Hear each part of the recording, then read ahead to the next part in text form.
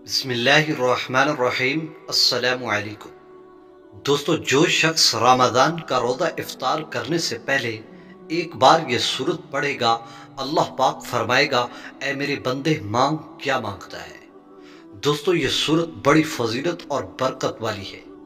अजीज दोस्तों, नबी करीम सल्लल्लाहु अलैहि वसल्लम ने फरमाया कि रोज़ा इफ्तार के वक्त कोई भी दुआ की जाए तो अल्लाह पाक दुआ को रद्द नहीं फरमाते। और जो सूरत ये रोज़ा इफ्तार करने से पहले पढ़ लेता है, अल्लाह पाक खुद फरमाता है, ऐ मेरे बंदे मांग क्या मांगता है। दोस्तों, इस सूरत के दो हिस्से हैं, जिसमें शुरू में अल्लाह की हम्द व सना बयान की जाती है और दूसरा उस बंदे के लिए दुआ है। और जो ये सूरत पढ़ता है, अल्लाह खुद फरमाता है, ऐ मेरे बंदे मांग, तेरे लिए हर चीज़ है, तू क्या मांगता है।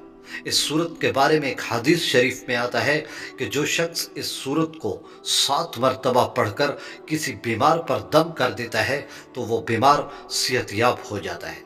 दोस्तों, नबी करीम सल्लल्लाहु अलैहि वसल्लम रमज़ान के लिए रजब और शौबान में दुआ किया करते थे। दोस्तों, रमज़ान शरीफ अल्लाह की ख़ास रहमत का महीना है। ये अल्लाह का पसंदीदा महीना है। इसमें हर लम्हे अल्लाह की रहमत बरसती है। तो दोस्तों, आप इफ्तारी के वक्त इस सूरत को लाजमी पढ़ लिया करें। इस सूरत की बड़ी फजीलत है। इस सूरत को पढ़ने से जो भी दुआ मांगी जाए, अल्लाह पाक कबूल फरमाते हैं। दोस्तों, इस सूरत का नाम सूरह फातिहा है। अल्हम्दुलिल्लाहि रब्बिल आलमीन, अर्रहमानिर रहीम, मालिकि यौमिद्दीन, इय्याका नअबुदु व इय्याका नस्तईन, इहदिनस सिरातल मुस्तकीम, सिरातल लज़ीना अनअमता अलैहिम, गैरिल मग़दूबि अलैहिम वलद्दाल्लीन। आमीन। दोस्तों, इस सूरत की मिसाल कहीं नहीं मिलती, ना ही ज़बूर में, ना इंजील में और ना ही तौरात में।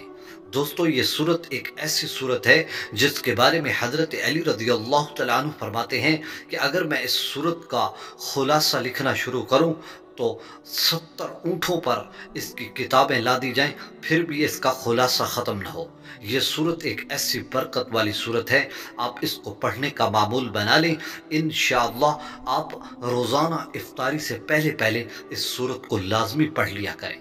इसकी बड़ी फजीलत है और इंशाअल्लाह आपकी हर दुआ कबूल की जाएगी। अल्लाह पाक हमें इस पर अमल करने वाला बनाए। आमीन। जज़ाकल्लाह।